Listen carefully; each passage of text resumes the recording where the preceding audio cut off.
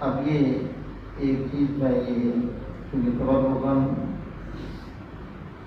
کربلا کے اعتبار سے امام عالی مقام امام حسین رضی اللہ تعالی عنہ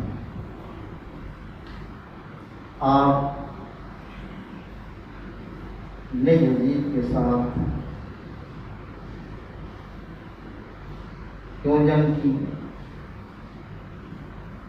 اس کی کیا وجہ تھی؟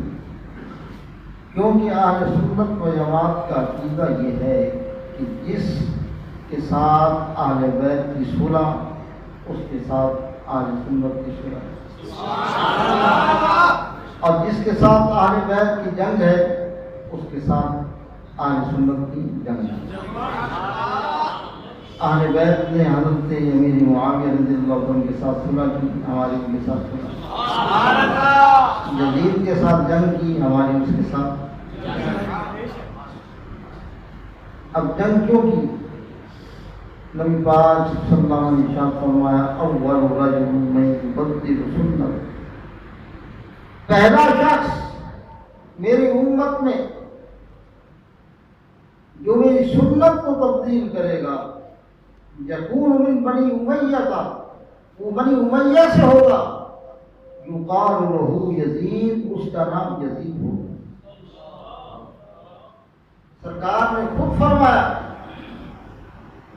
کہ میری سنت کو تبدیل کرنے والا شخص یزید ہے۔ اب جو سرکار کی سنت کو تبدیل کر رہا ہو، سرکار امام حسین کس طرح خاموش رہ سکتے؟ دوسری حدیث میں جو مسند امام اوزائی میں ہے،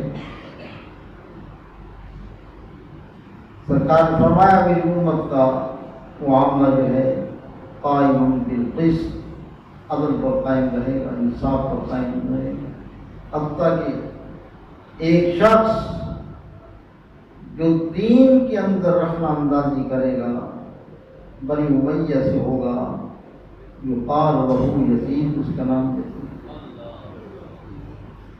دین کے اندر رخنہ اندازی، کہ دین کو بدلنا، دین کی حیث اور صورت کو بدلنا، اور پہلی حدیث میں سرکار کی سنت کو بدلنا، یہ وہ حقائق تھے جس کی وجہ سے حضرت امام علی مقام امام حسین نے دین کو بچایا۔